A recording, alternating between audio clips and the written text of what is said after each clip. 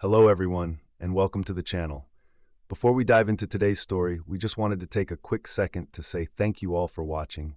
We truly appreciate your support. If you're new here, please consider subscribing, it's totally free, and hit the notification bell so you never miss out on our latest stories. Now, with all that said, let's jump straight into the story.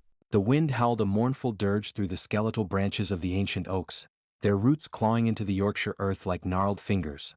Rain lashed against the grimy windows of the Black Swan pub, blurring the flickering candlelight within. Inside, a handful of locals huddled, their faces etched with the grim stoicism that only years spent battling the Yorkshire elements and the Yorkshire legends could carve. I sat nursing a pint of lukewarm ale, the bitter liquid failing to chase away the chill that had settled deep in my bones.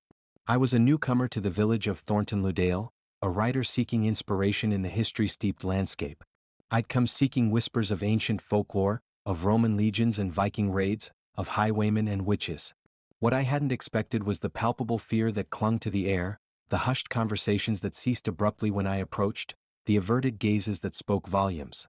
It was old Harold, the village gravedigger, whose tongue was loosened by a generous measure of whiskey, who finally breathed the name that seemed to hang unspoken in the air, Bargest. "Aye," he rasped, his voice like the rustling of dead leaves.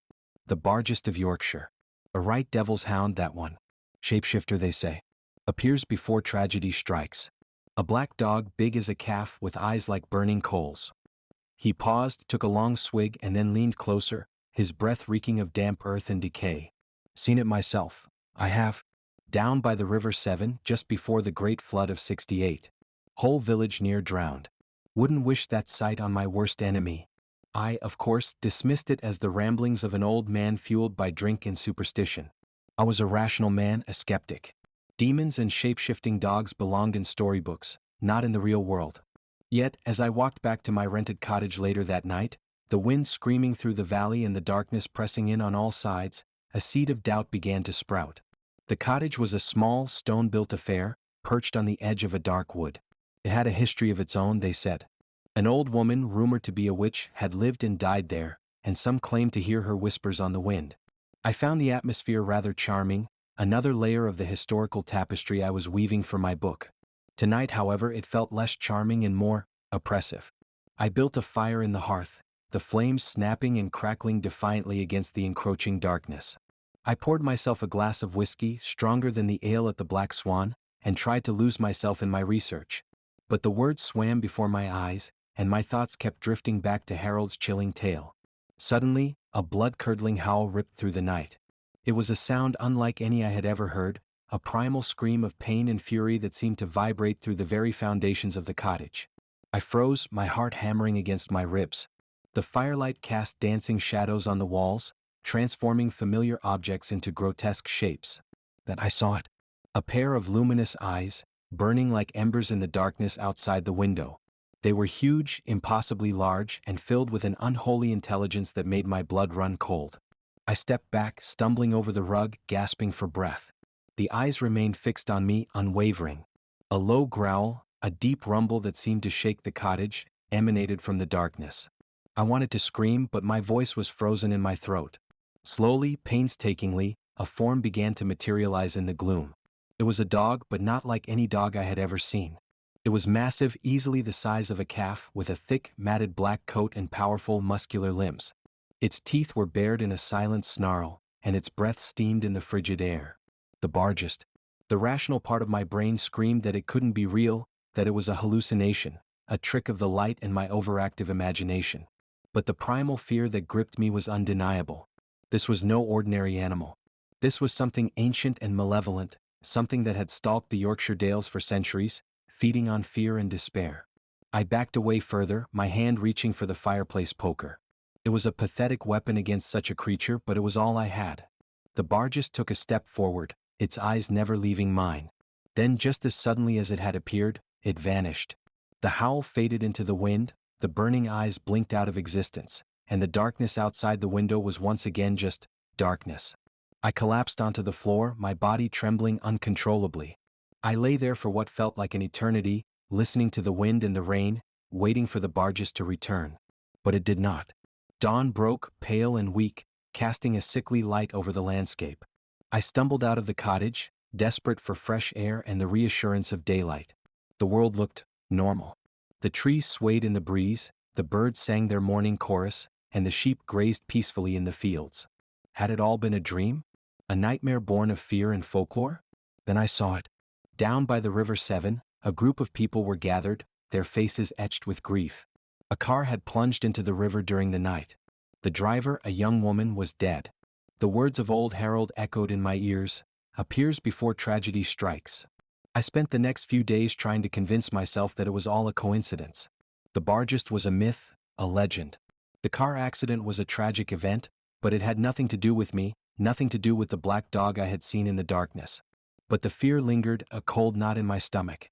I couldn't shake the feeling that I had been chosen, that the Bargest had shown itself to me for a reason. I threw myself into my research, poring over old books and local histories, searching for any mention of the Bargest, any clue to its origins or its purpose. I learned that it was often associated with crossroads, with ancient burial grounds, and with places where violence had occurred. It was said to be a guardian of the underworld, a psychopomp that guided souls to their final destination, or dragged them down to hell. The more I learned, the more terrified I became. I realized that the Bargest wasn't just a myth. It was a manifestation of something real, something dark and primal that lurked beneath the surface of the world. I knew I had to leave Thornton Ludale. I couldn't stay there any longer, not with the Bargest watching, waiting. I packed my bags, paid my dues to the local publican, and prepared to leave. But as I turned to go, I noticed Harold, the grave digger, waving frantically from across the road. He was pale and shaking, his eyes wide with terror. "It's back," he croaked, grabbing my arm. I saw it again down by the old bridge. The one that's about to collapse. I saw it plain as day. My blood ran cold. The old bridge. It was the only way out of the village. I knew what I had to do. I had to confront the Bargest, to face my fear and break free from its grip. I ran towards the bridge, my heart pounding in my chest. The rain was coming down in sheets, and the river below roared like a hungry beast. The bridge was ancient and crumbling, its stone arches worn smooth by centuries of wind and water. And right there it was. Standing in the middle of the bridge, silhouetted against the churning water, was the Bargest. It was even larger and more terrifying than I remembered. Its eyes burned like infernal fires, and its fangs were bared in a silent snarl. I stopped, paralyzed by fear. The Bargest took a step towards me, and the bridge groaned under its weight. Then something inside me snapped. I couldn't run anymore. I couldn't hide. I had to fight. I grabbed a loose stone from the bridge, hefted it in my hand, and screamed at the Bargest with all the force I could muster. "Get out of here," I yelled. "Leave me alone. You have no fucking power over me." The Bargest hesitated, its eyes narrowing. It seemed surprised by my defiance. I threw the stone, hitting it squarely on the head. It yelped, a sound like the grinding of bones, and staggered back. Then it did something I didn't expect. It whimpered. A low, mournful sound that seemed to echo the pain of centuries. And then it began to shrink. Its massive form contracted, its black coat faded, and its burning eyes dimmed. Slowly it transformed. Not into another animal, but into something else. Something human. It was a figure cloaked in shadows, its face hidden beneath a cowl. But I could feel its sorrow, its loneliness, its desperate need for release. The figure raised its hand, and I saw that it was holding something, a small, tarnished silver locket. Then it spoke. Its voice was a whisper, barely audible above the roar of the river. "Help me," it said. "Please, help me." I looked at the figure, at the locket, and I understood. The Bargest wasn't a demon. It was a trapped soul, bound to the Yorkshire dales by some ancient tragedy. It was a guardian, yes, but not of the underworld. It was a guardian of the past, a reminder of the pain and suffering that had shaped this land. I reached out and took the locket. It was cool to the touch, and I could feel a faint pulse of energy emanating from it. I opened the locket, and inside I saw a tiny portrait of a young woman. Her face was pale and beautiful, and her eyes were filled with a haunting sadness. I knew who she was. I had seen her portrait in the local museum. She was the daughter of the lord of the manor, who had been killed in a tragic accident centuries ago. I closed the locket and held it tightly in my hand. Then I spoke to the figure, my voice filled with compassion. "You are free," I said. "You can go now. Your penance is paid." The figure looked at me, its eyes finally filled with peace. Then it smiled. A sad, beautiful smile that lit up the darkness for just a moment. And then it vanished. The Bargest was gone. The rain stopped, and the sun broke through the clouds, casting a golden light over the Yorkshire dales. The river still roared, but it no longer sounded like a hungry beast. It sounded like a song. I walked off the bridge a changed man.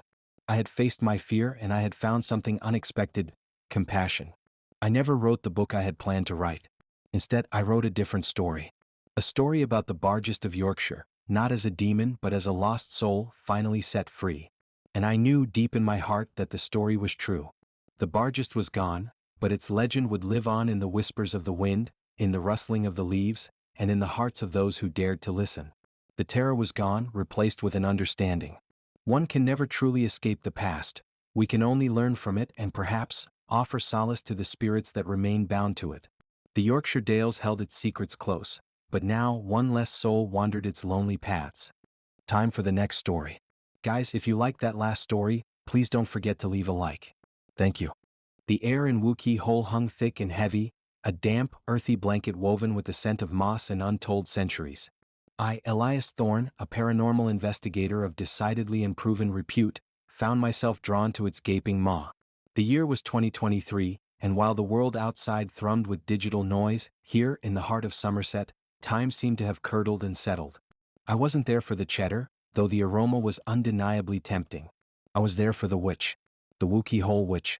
A figure of local legend, a crone supposedly petrified into a stalagmite by the righteous wrath of a Glastonbury monk, a tale whispered through generations, seasoned with fear and folklore. Armed with my EMF reader, a voice recorder, and a frankly unhealthy dose of skepticism battling a flicker of morbid curiosity, I joined a guided tour. The cave was a cathedral of stone, a labyrinth of echoing chambers sculpted by millennia of dripping water.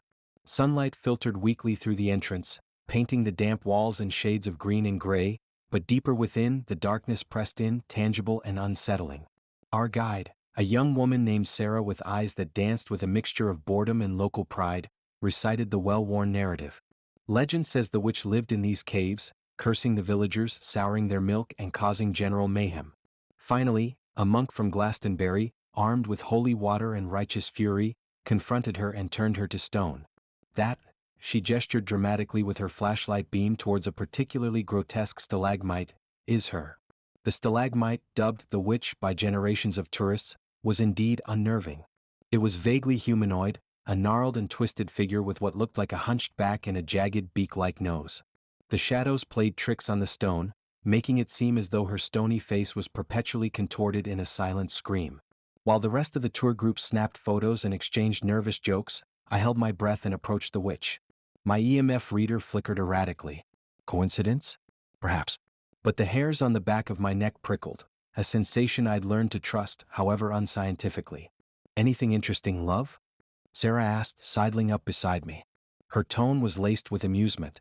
Just taking measurements, I mumbled, trying to sound professional. Electromagnetic field fluctuations. Could be geological, could be something else. Sarah snorted. Something else, eh? Well, good luck finding it. I've worked here for 5 years, and the only thing I've ever seen is tourists dropping their pasties. Undeterred, I spent the rest of the tour discreetly investigating, taking readings in different chambers, listening for anomalies. The caves were undeniably atmospheric, filled with the constant drip, drip, drip of water and the echoes of our voices. But beyond that, nothing. No spectral apparitions, no disembodied moans, just rock, water, and the faint, pervasive smell of damp.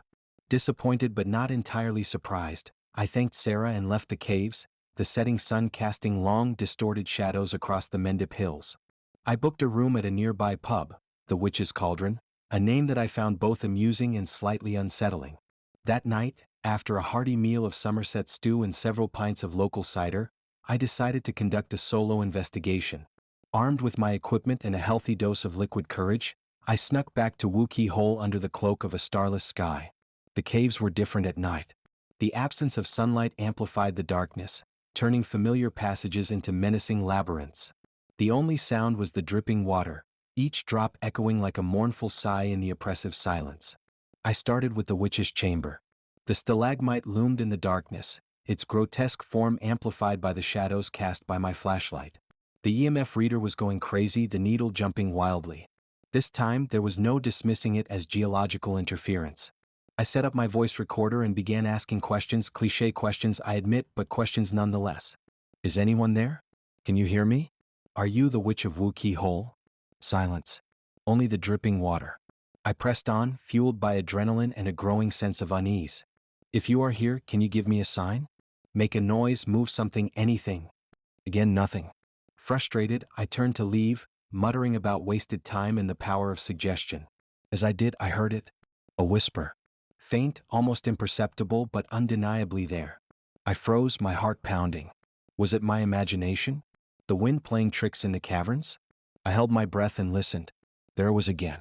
A whisper, softer than the rustle of leaves, a guttural murmur that seemed to emanate from the witch herself. I fumbled for my recorder, my hands shaking. What was that? Can you say it again? The whispering continued, growing slightly louder, coalescing into discernible words, though I couldn't understand them. They sounded ancient, guttural, a language lost to time. Suddenly, a wave of cold washed over me, so intense that I gasped. The air grew heavy, charged with static electricity. My flashlight flickered and died, plunging me into absolute darkness. Panic clawed at my throat. I stumbled backward, desperately trying to find my way out of the chamber. The whispering intensified, swirling around me, a cacophony of ancient voices. Then I felt it. A touch. A cold, clammy hand brushing against my arm. I screamed, a primal sound of terror echoing through the caves. I thrashed blindly, desperate to escape. My hand collided with something hard and cold. The witch. I was touching the witch. The whispering reached a fever pitch. Images flashed through my mind, shadowy figures dancing around a bonfire, chanting in an unknown tongue, a woman with wild eyes and tangled hair, cackling maniacally. Then everything went black. I woke up the next morning lying on the cold, damp floor of the witch's chamber. My flashlight lay beside me, its batteries dead. My recorder was still running, its red light blinking steadily. I was covered in mud and shivering uncontrollably. My head throbbed and my arm felt strangely numb. I scrambled to my feet and stumbled out of the cave into the pale dawn light. Back at the pub, I devoured a large breakfast and listened to the recording. The first part was silent, filled only with the sounds of my own breathing and the dripping water.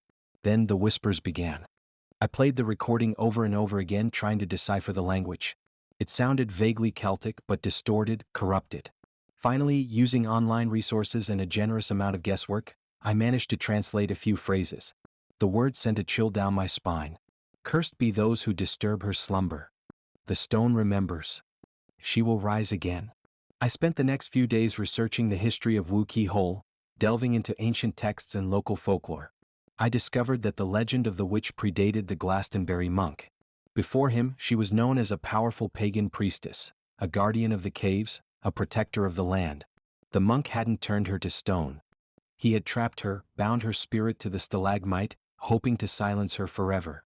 But he had failed. The whispering voices, the cursed artifacts, the strange occurrences in the caves, they were all signs that the witch was still there, still powerful, still waiting for her chance to break free.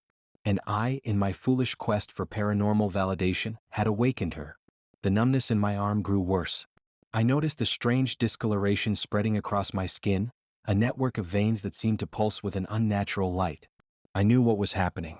The witch was taking root inside me, slowly consuming me, turning me into a vessel for her ancient power. I had to stop her. I returned to Wookey Hole, armed with everything I could find on ancient Celtic rituals and protective magic. I spent days in the caves, chanting, burning herbs, attempting to sever the connection between the witch and myself. It was a desperate, futile effort. The witch was too strong. One evening, as I stood before the stalagmite, reciting an ancient incantation, I felt a surge of power coursing through my veins. My vision blurred and I saw the world through the witch's eyes. I saw the Glastonbury monk, his face contorted with hatred and fear. I saw the villagers, cowering in their homes, whispering about the evil that lurked in the caves. I saw the land, scarred and defiled by their ignorance and greed. And I understood.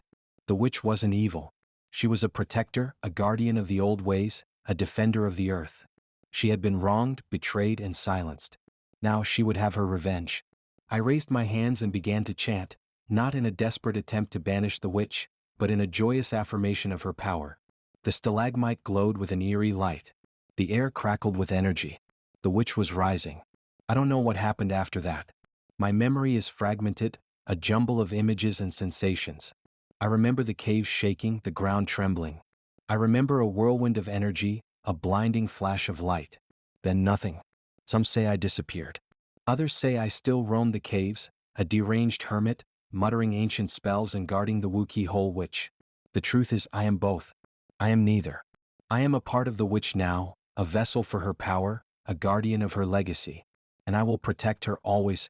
So if you ever find yourself in Wookey Hole, be warned. Tread carefully. Listen closely. And never ever disturb the slumber of the witch. For she is awake and she is waiting. Time for the next story.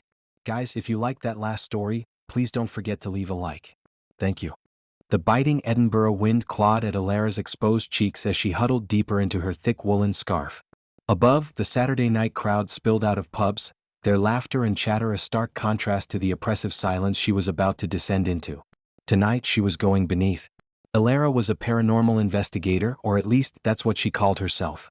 In reality, she was a history enthusiast with a penchant for the macabre and a healthy dose of skepticism masked as open-mindedness. The Edinburgh Vaults had been on her radar for years, a locus of whispered tales and rumored hauntings that even seasoned ghost hunters approached with trepidation.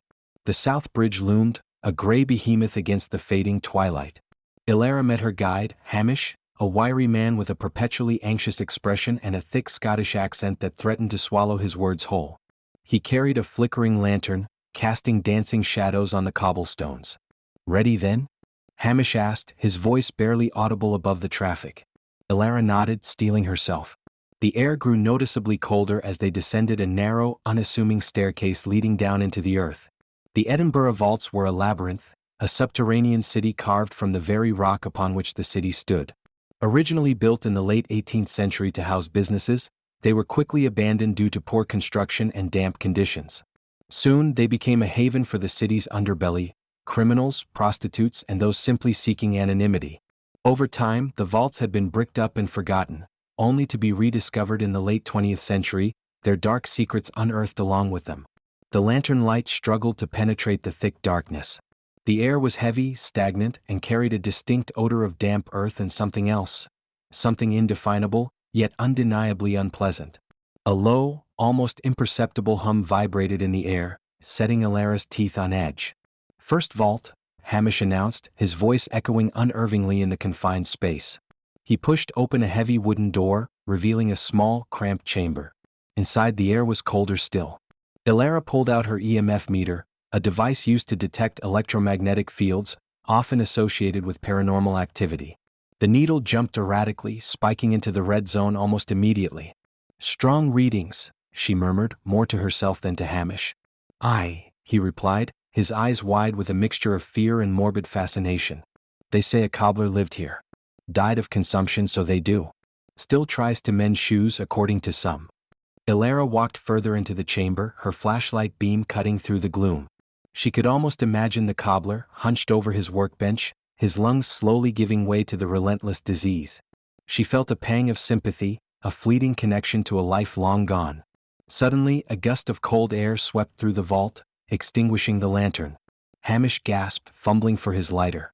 In the brief moment of darkness, Alara felt a presence, something close, watching her.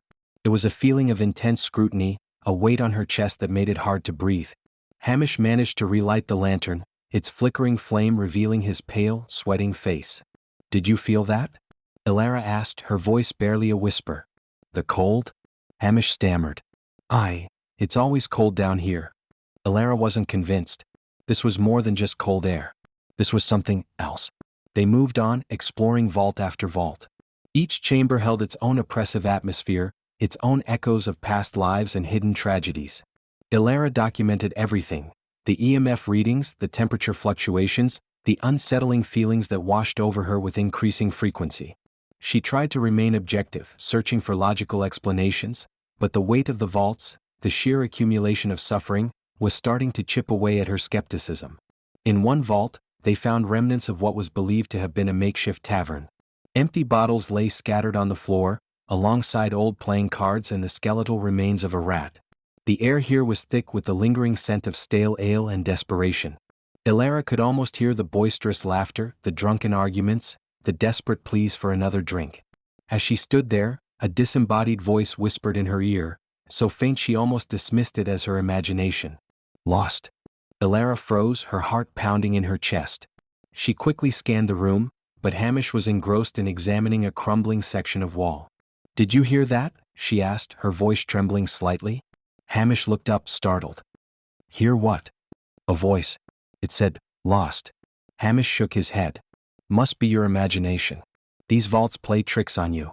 Elara wanted to believe him, but the voice had been so clear, so close. She felt a shiver crawl down her spine.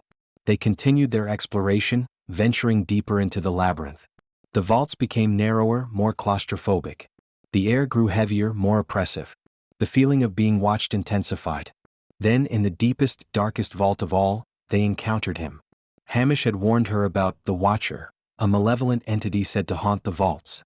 He was described as a shadowy figure, a dark presence that fed on fear and despair. Many visitors had claimed to see him, to feel his cold gaze upon them. Elara hadn't believed it, of course. But as she stood in that final vault, she knew, with a certainty that chilled her to the bone, that the Watcher was real. It wasn't a visual encounter. There was no shadowy figure lurking in the corner. It was a feeling, an overwhelming sense of dread that washed over her like a tidal wave. It was the feeling of being completely, utterly alone in the universe, face to face with an ancient, malevolent force. The air in the vault crackled with energy. The EMF meter went haywire, its needle slamming against the maximum reading. Elara felt a pressure building in her head, a throbbing pain that threatened to overwhelm her. Then she heard a voice, deep and harsh sounding, resonating in her mind. "Get out." It wasn't a spoken word, but a thought, implanted directly into her consciousness. It was filled with hatred, with an ancient rage that made her skin crawl. Elara stumbled backward, gasping for air. She looked at Hamish, his face contorted with terror. He was staring into the darkness, his mouth moving silently. "We need to leave," Elara managed to choke out. "Now." Hamish didn't need to be told twice. He grabbed her arm and dragged her back through the labyrinth, their footsteps echoing in the oppressive silence. The feeling of being watched persisted, growing stronger with each step. Elara could almost feel the Watcher's presence behind them, a dark shadow nipping at their heels. They didn't stop running until they reached the staircase leading back to the surface. As they emerged into the cool night air, Elara gasped, her lungs burning. She looked back at the dark opening, a sense of profound unease settling over her. "What was that?" she asked, her voice trembling. Hamish shook his head, his eyes still wide with fear. "I told you, the Watcher. He doesn't like visitors." Elara didn't sleep that night. The feeling of the Watcher's presence lingered, a cold weight on her soul. She replayed the events of the evening in her mind, searching for a rational explanation. But deep down, she knew that what she had experienced in the Edinburgh Vaults was beyond the realm of logic and reason. In the days that followed, Elara tried to put the experience behind her. She threw herself into her work, immersing herself in research and analysis. But the memory of the vaults, the feeling of the Watcher's gaze remained. Then one evening she received a phone call from Hamish. His voice was frantic, barely intelligible. "He's here," he stammered. "He followed me home." Elara's blood ran cold. "What the fuck are you talking about?" "The Watcher. He's in my house. I can feel him. He wants me gone." Before Elara could respond, the line went dead. She tried calling back, but there was no answer. Driven by a sense of dread, Elara rushed to Hamish's apartment. She found the door ajar and cautiously entered. The apartment was dark and silent. A chilling draft swept through the rooms. "Hamish?" Elara called out, her voice trembling. There was no response. She moved through the apartment, her flashlight beam cutting through the gloom. In the living room, she found Hamish slumped in an armchair, his eyes wide and staring, his face contorted in a silent scream. He was dead. Elara backed away, her heart pounding in her chest. She knew, with a chilling certainty, that the Watcher had claimed another victim. She fled the apartment, running blindly through the streets of Edinburgh. She didn't stop until she reached her own apartment, where she bolted the door and huddled in the corner, trembling with fear. She knew that the Watcher was out there, waiting, watching. And she knew that she was next. The Edinburgh Vaults had revealed their dark secrets, and Elara had dared to peek inside. Now she was paying the price. The skepticism that had once protected her was gone, replaced by a chilling understanding of the true nature of evil. As the night wore on, Elara waited, her senses on high alert. The silence in her apartment was deafening, broken only by the frantic beating of her own heart. She knew that the watcher could be anywhere, that he could strike at any time. Then she heard a whisper, so faint she almost dismissed it as her imagination. Lost. But this time, the voice wasn't coming from the vaults. It was coming from inside her. Time for the next story. Guys, if you liked that last story, please don't forget to leave a like. Thank you. The salt spray stung Ilara's face as she wrestled with the stubborn latch of the old lighthouse gate. The wind, a constant, mournful howl off the North Sea, threatened to rip the woolen scarf from her neck. October in Dunwich, a ghost of a village clinging to the Suffolk coast, was not for the faint of heart. And Ilara, a folklore researcher chasing shadows and whispers, was starting to feel a distinct chill that had nothing to do with the weather. She'd come to Dunwich seeking the Black Shuck. The legend, as pervasive as the sea mist that clung to the cliffs, spoke of a monstrous black dog with eyes like burning coals, a harbinger of death that roamed the coastal roads and haunted the crumbling graveyards. Locals whispered tales passed down through generations, stories of fishermen lost at sea after sighting the beast, of families torn apart by tragedy in the wake of its glowing gaze. Most dismissed it as superstition, a campfire story to spook tourists. Ilara, however, thrived on the edge of belief, where the tangible world blurred with the spectral. The lighthouse keeper, a grizzled old man named Silas with eyes as weathered as the driftwood scattered across the beach, had been her only real contact. He'd initially scoffed at her questions, dismissing the Black Shuck as old wives' tales, but after a few pints of bitter at the local pub, the Ship, he'd begrudgingly admitted that there were things out there, things best left undisturbed. He'd shared stories from his own grandfather, a former lighthouse keeper, who claimed to have seen the Shuck pacing the beach before a devastating storm that claimed 3 fishing boats. Ilara pushed the gate open, its rusty hinges groaning in protest. The lighthouse loomed before her, a stark white tower against the bruised gray sky. She intended to spend the night documenting her research, immersing herself in the atmosphere of the place, hoping to catch a glimpse, a sign, anything to confirm the legend. She knew it was a long shot, but the thrill of the hunt, the possibility of uncovering something truly extraordinary, was irresistible. The air inside the lighthouse was thick with the scent of salt and damp stone. The spiral staircase, worn smooth by countless footsteps, wound its way up the tower. Ilara climbed, her footsteps echoing in the cavernous space. The beam of her flashlight danced across the walls, illuminating faded maps and nautical charts, relics of a bygone era. She reached the lamp room, a circular space encased in glass, offering a panoramic view of the turbulent sea. The wind shrieked around the tower, rattling the windows and making the old structure tremble. Ilara set down her backpack containing her research notes, a voice recorder and a thermos of strong coffee. As darkness descended, the sea transformed into a swirling abyss. The rhythmic pulse of the lighthouse beam cut through the gloom, a lonely sentinel against the encroaching night. Ilara settled down, sipping her coffee and reviewing her notes. She read accounts of sightings, analyzed the recurring themes, and tried to discern a pattern, a reason for the Shuck's appearances. Hours passed. The only sounds were the relentless wind, the crashing waves, and the rhythmic sweep of the light. Ilara, despite the caffeine, began to feel the heavy weight of exhaustion. She leaned back in her chair, closing her eyes for a moment. Then she heard it. A low growl, guttural and menacing, that seemed to vibrate through the very stone of the lighthouse. It wasn't the wind, she was sure of it. This was something else, something primal and terrifying. Ilara's eyes snapped open. Her heart hammered against her ribs. She gripped her flashlight, her hand trembling.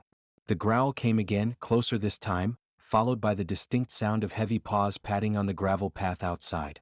She peered through the glass, her breath catching in her throat.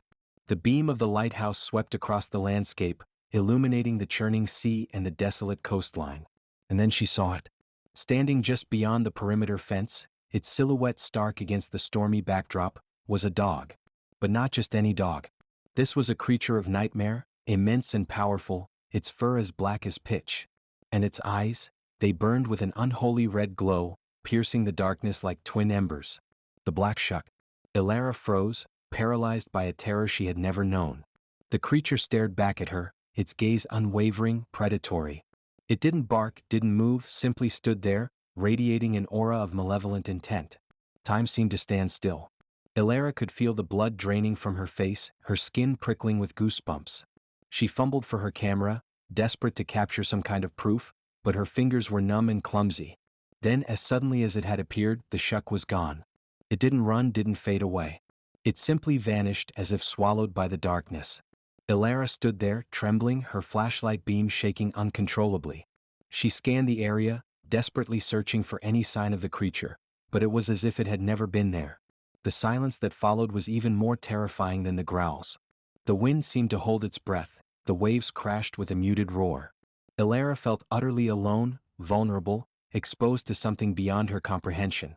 She knew she should leave, get out of the lighthouse, back to the relative safety of the village.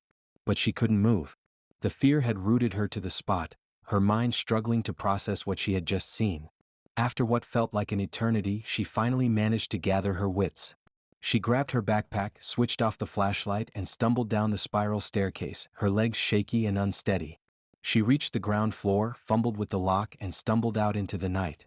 The wind tore at her clothes, the rain stung her face. She started to run, blindly, desperately, towards the village. As she ran, she could hear the sound of paws behind her, keeping pace, relentless. She didn't dare look back. She knew, with a chilling certainty, that the Black Shuck was still there, stalking her, marking her. She reached the outskirts of Dunwich, the faint glow of the village lights a beacon in the darkness.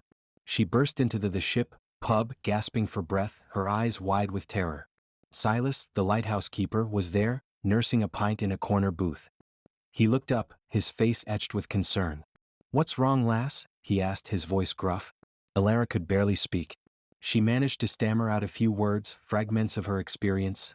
"The Shuck, the lighthouse. I saw it." Silas listened in silence, his expression growing increasingly grim. When she finished, he let out a long, slow sigh. "I told you," he said, "some things are best left undisturbed." He then recounted a tale of a previous researcher who had sought the Shuck, who had dismissed the warnings of the locals. He was found dead the next morning, washed up on the beach, his face frozen in a mask of terror. Ilara spent the rest of the night huddled by the fire in the pub, unable to shake the image of those burning red eyes. The other patrons avoided her, casting furtive glances in her direction. They knew what she had seen and they knew what it meant. The next morning, Ilara packed her bags and left Dunwich. She didn't say goodbye to Silas. She didn't look back. She just wanted to escape, to put as much distance as possible between herself and the accursed place. But even as she drove away, she knew that she would never truly escape the Black Shuck.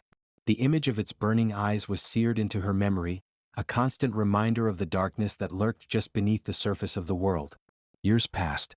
Ilara tried to forget what she had seen, to dismiss it as a hallucination, a product of exhaustion and suggestion. She continued her research, but she avoided the topic of demonic dogs, of death omens, of the things that went bump in the night.